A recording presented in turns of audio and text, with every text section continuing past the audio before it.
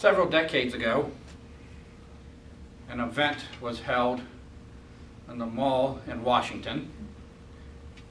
The mall in Washington is not a shopping center, by the way. It is the reflecting pool between the Lincoln Memorial and the Washington Monument. And this event would highlight and feature a black person and caused incredible controversy. It was a time in our country's history of great racial tension. There was violence in the streets, there were protests, there were people working hard and demanding equal rights. And then along came somebody who wanted to get up and stand on the steps of the Lincoln Memorial before a crowd of whites and blacks and anybody else who wanted to show up.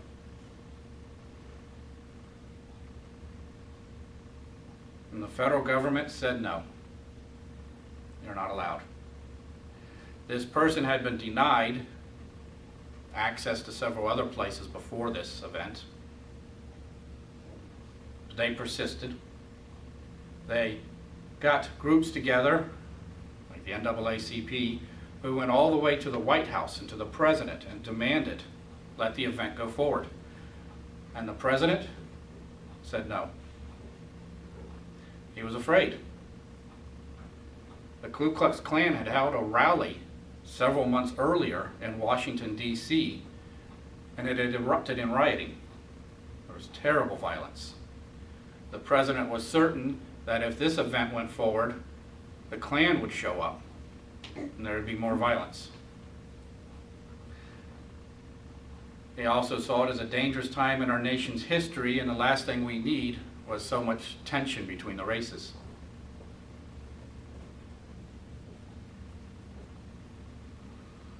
But people prevailed. People pushed, including the First Lady. She pushed and finally got the president to relent, and he ordered the event to go forward. President, of course, was Franklin Delano Roosevelt. It was 1939. And the person being featured was Marian Anderson, somebody that most people in our country have never heard of. She was an operatic singer. She didn't actually perform in operas because she said she couldn't act. But when she sang, it was glorious. She filled concert halls all over America and all across Europe. 1939, a time of great racial divide. And she wanted to sing on the steps of the Lincoln Memorial, and particularly she wanted to sing My Country 'Tis of Thee. She went on to sing some other songs, and they were really afraid that violence would erupt if they let it happen, but they let it happen. Hundreds of thousands of people showed up, and there was no trouble. Completely peaceful event.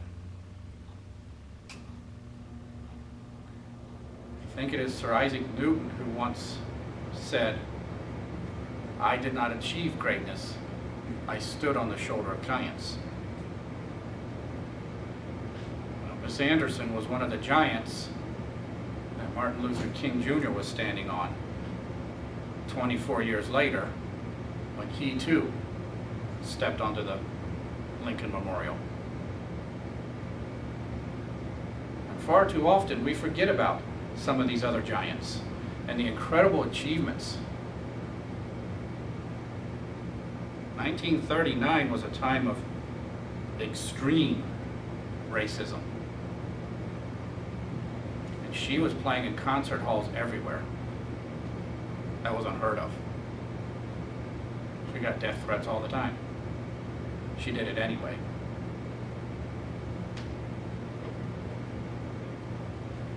We tend to forget some people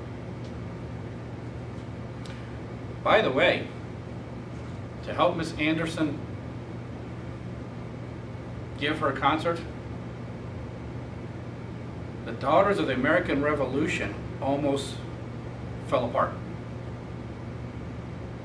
Half the group wanted to support her. The other half refused. The half that wanted to support her left the Daughters of the American Revolution because they said that's not what the revolution was over. It was not about segregating, it was about freedom for all. And that's what they should have been supporting.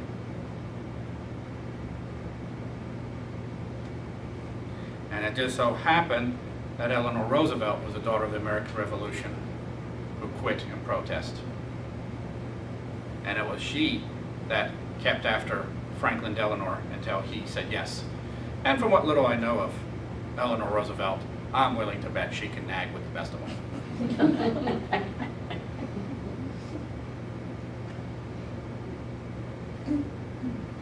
Well, what about another giant people have heard of, but I don't know how many people know the story of? George. He was born into slavery. When he was a tiny infant, a farmer, a German farmer, purchased his mother and father, brothers and sisters, and him for $700. Moved him up north and set him free. He had a large farm and he gave them a parcel of land to work. When George was 1 year old, some raiders came into their state, kidnapped him, his mother, and a sister. George had 15 siblings, by the way. Most of them did not survive childhood. These raiders took the three of them back down to Kentucky and sold them into slavery. The German farmer hired people to go find them, rescue them, buy them back out of slavery if you have to. They found them, and they could only save George. They bought him out of slavery, brought him back to the farmer. And the farmer kept pushing George. You got to learn. You got to be educated.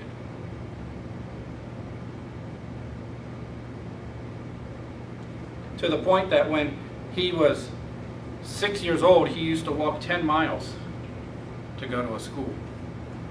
The first day he showed up at the school, it was too late. The school had closed for the night. So he found some place to sleep. Next morning he was walking back to his school and a woman found him, asked what he was doing. He explained, I'm trying to get to the school. And I meant to mark what her quote was, but yeah, you must learn all you can. Then go back out into the world and give your learning back to the people. He stayed at that school for a while, but then had to leave. And he actually started a sort of migration of his own. He was a child, 7, 8 years old. He kept finding foster families all across the North. He would move from school to school to school, city to city, finding a school here that would take him in for a while and a school there that would take him in for a while. And I say take him in for a while because often he was the only black child there. And eventually the community would force him to move on. He kept going.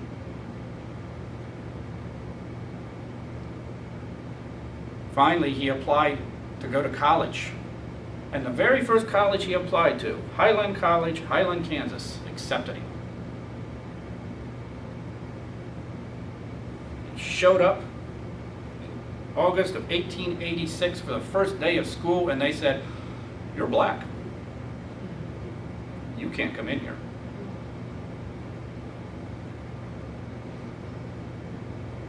So he kept going, kept hunting, kept searching until he found a school that would take him in.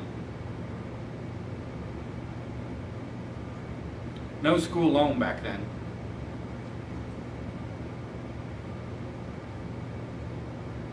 He worked a farm.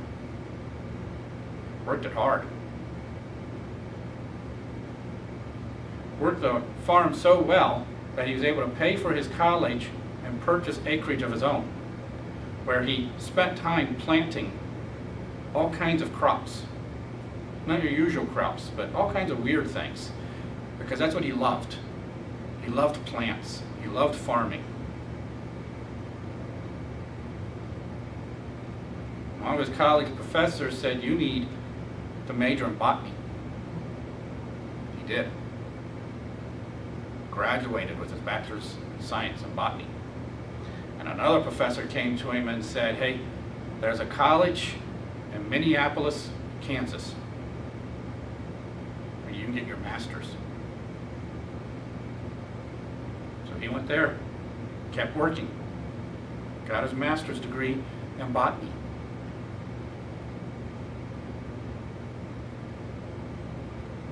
Now before, that one day when he had walked 10 miles to get to school that first day, and he met that woman, she asked him, "What's your name?" And he always introduced himself in a certain way.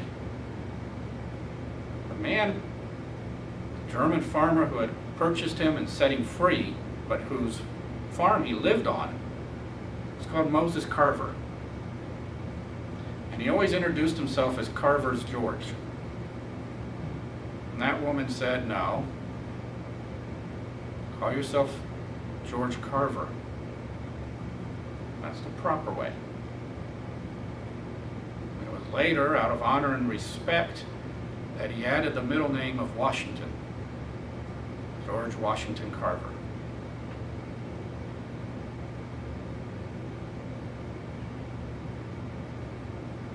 There's a giant so many people are standing on the shoulder of and don't know about anymore.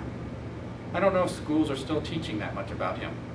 Or even if they do, when I was in school, elementary school, and they taught us about him, we learned about how many things he did with potatoes and sweet potatoes and peanut butter, peanuts, and all kinds of stuff.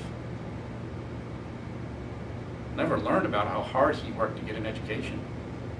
Never learned about how hard he had to work to be allowed to go to college.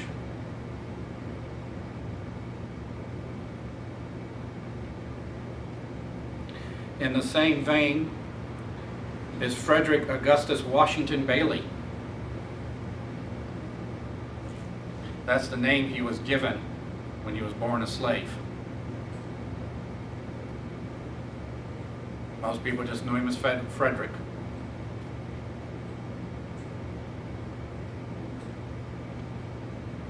Probably know his story. When he was a young man, he was sent by his master to his master's son.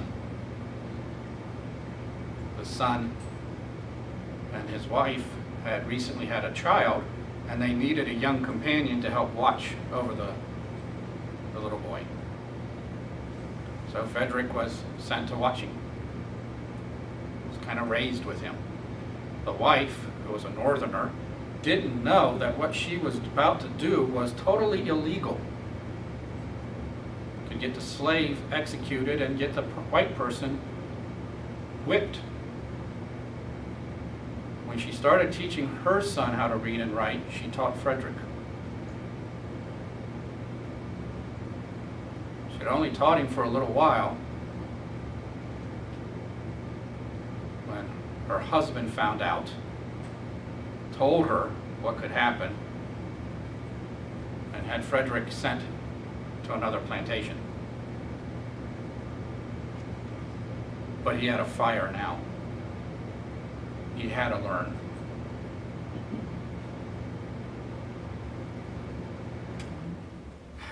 So he started getting books when and where he could. Totally illegal. Started teaching himself to read, to write. Started educating himself. Along the way, he also earned a bit of money here and there illegally. There's a lot of poor white people who couldn't read. And And he'd offer to teach them. Mostly young boys, his own age. They weren't going to tell on him. But they also recognized that with education, maybe they could get somewhere in life. When he became a young man, he tried to escape. Failed. Tried again. Eventually he succeeded. Made his way up into the New England area. Changed his name. Frederick Douglass.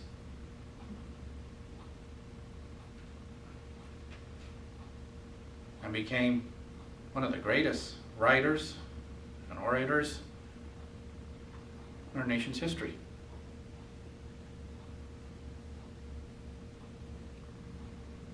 There's a giant that we all stand on today.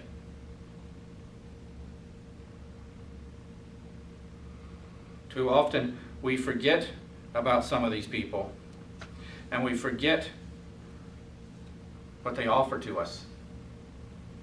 But more importantly, we forget the biggest lesson they all wanted to teach us. Martin Luther King Jr. had a dream that someday his children would be judged not on the color of their skin, but on the content of their character. That is a dream we have forgotten about.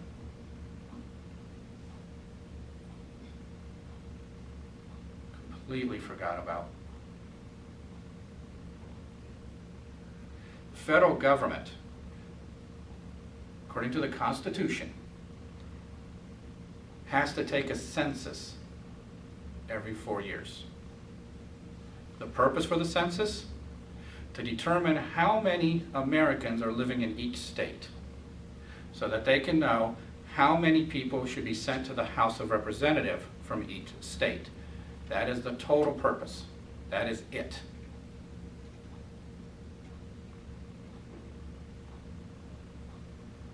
Census forms for decades have not counted how many Americans. They've divided Americans into categories. What group do you belong in? And we're not even just black and white anymore, are we? There's Hispanic, there's Asian, there's Native American, there's, I don't know. It seemed like there was 6 or 7 things on the list.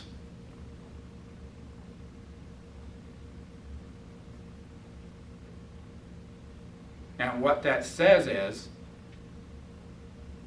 the color of your skin matters. It's the color of your skin we're going to count. Not how many Americans, just people. There are groups in our society today who make a living by creating racial divide.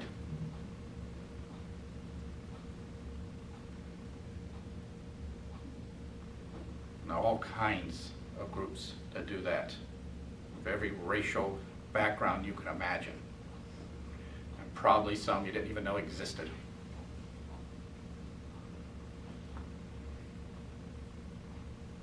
But that's how they gain money, that's how they gain supporters, that's how they gain power. They divide you up. You're different from us.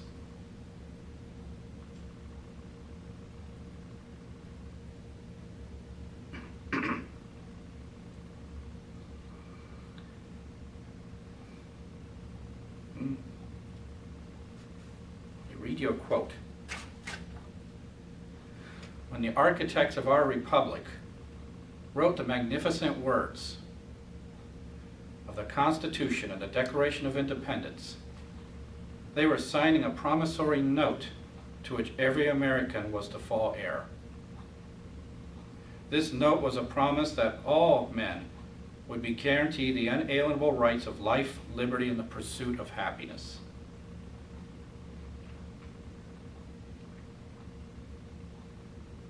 Everybody. The equal right Those are Martin Luther King's words.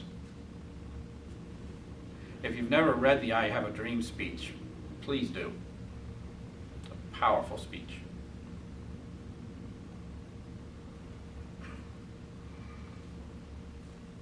But we in our society today, I don't know. I look around and I see more people arguing for division than I see people arguing for uniting. As a spiritualist, I wish I could teach the world our outlook on things. We see the soul. We see the spirit. It is that which matters.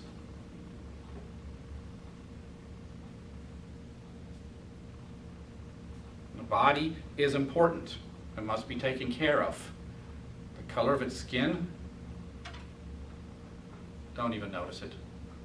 Look past that.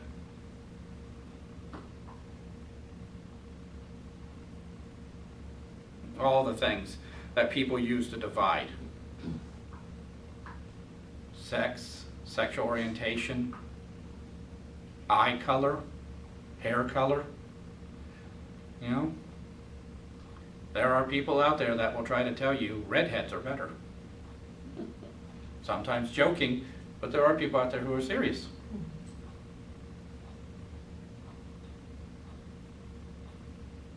Because if you have red hair, it denotes a certain genetic background. And it's that genetic background that matters. No, it doesn't. What kind of person are you?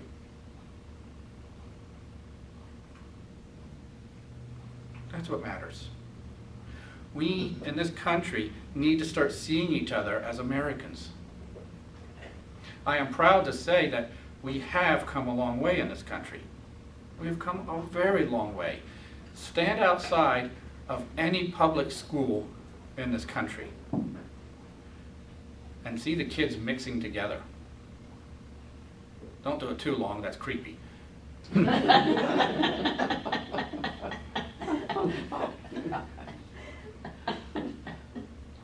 But I've done it before. We got a high school near us, we've got an elementary school near us, and passing by them, I've looked at it and I see the kids, for the most part, come pouring out of those schools. They don't care about the skin color.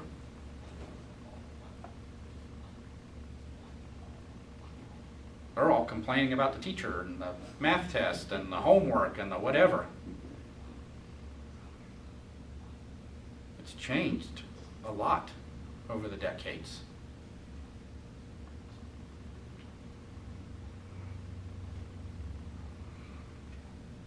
And yes, we may still have a lot of things to change. We do. We still have problems in this country, absolutely. But we will never get over them as long as we keep dividing ourselves up. It is only once we start seeing each other as united, as one people. What race do you belong to? The census actually asks it in that way. What race do you belong to? The human race. The very idea that we have different races is where a lot of racism comes from. If we see everybody as one race, then how can one be superior to the other? It is only by uniting in our hearts, our minds, and our words that we can change our country. It is only by telling those who wish to divide us up into separate groups to shut up. We don't want to hear it anymore. And I don't care who they are or how they're trying to divide it, from the government down to an individual. Stop listening to them.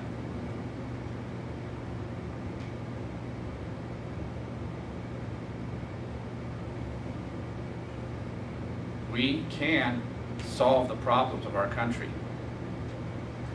But I'll tell you what the real key to solving those problems are. We, the people of the United States of America.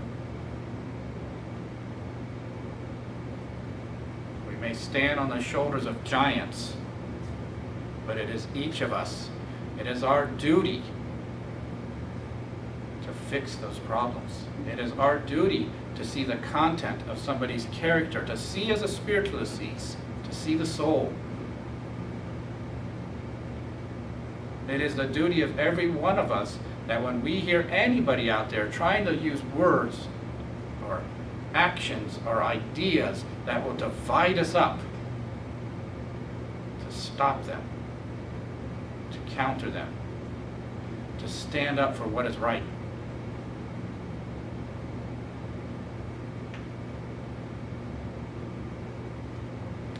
Deciding to revolt against England was not easy.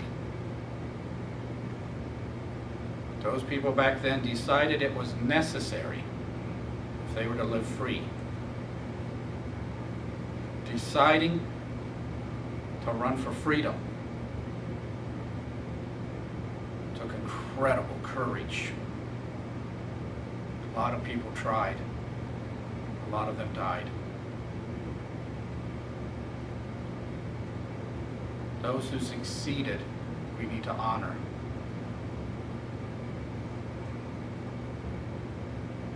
Those who stood up for the rights of others throughout our entire nation's history.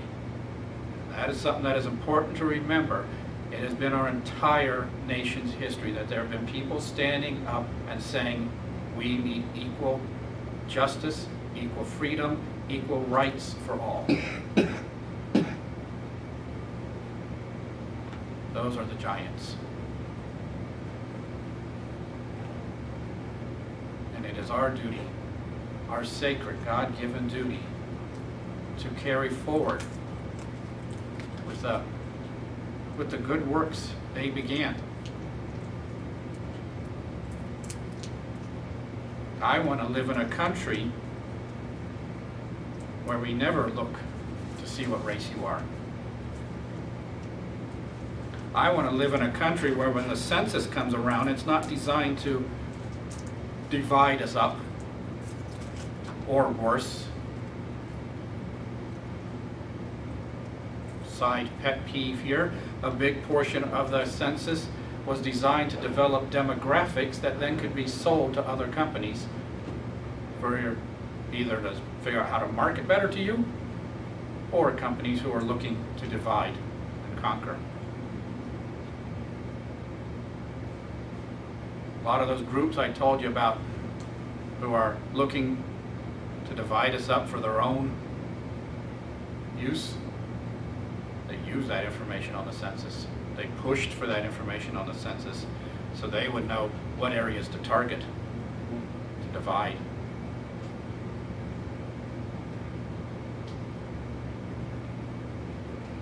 What's amazing is we fight and we struggle, but if you go outside of America, you know what they see? Americans.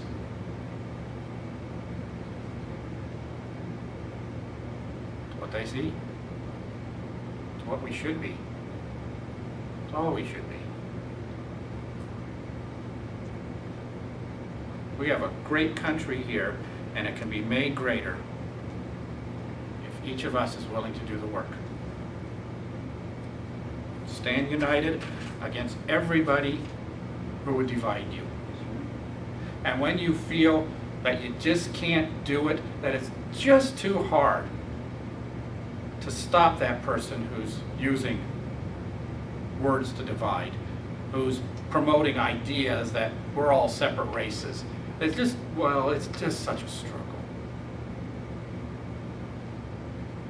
Think about George Washington Carver, who so wanted an education, he traveled from school to school to school to school to school. Think about Frederick Douglass, who so wanted freedom, he risked death. Who so wanted education, he risked death. Oh, it's too hard for you to say something. They risked everything. They risked everything so that you would have the ability to speak up for what's right.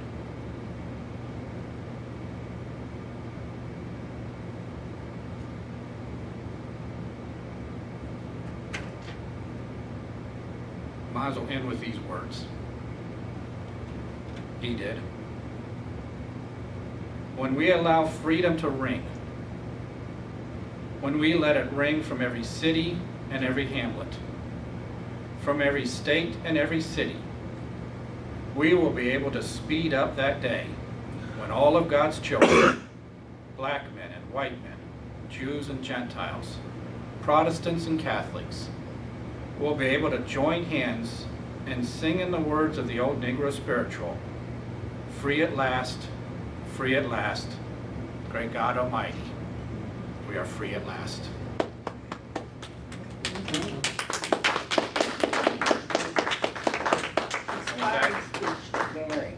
We'd like to close and take up our free will offering.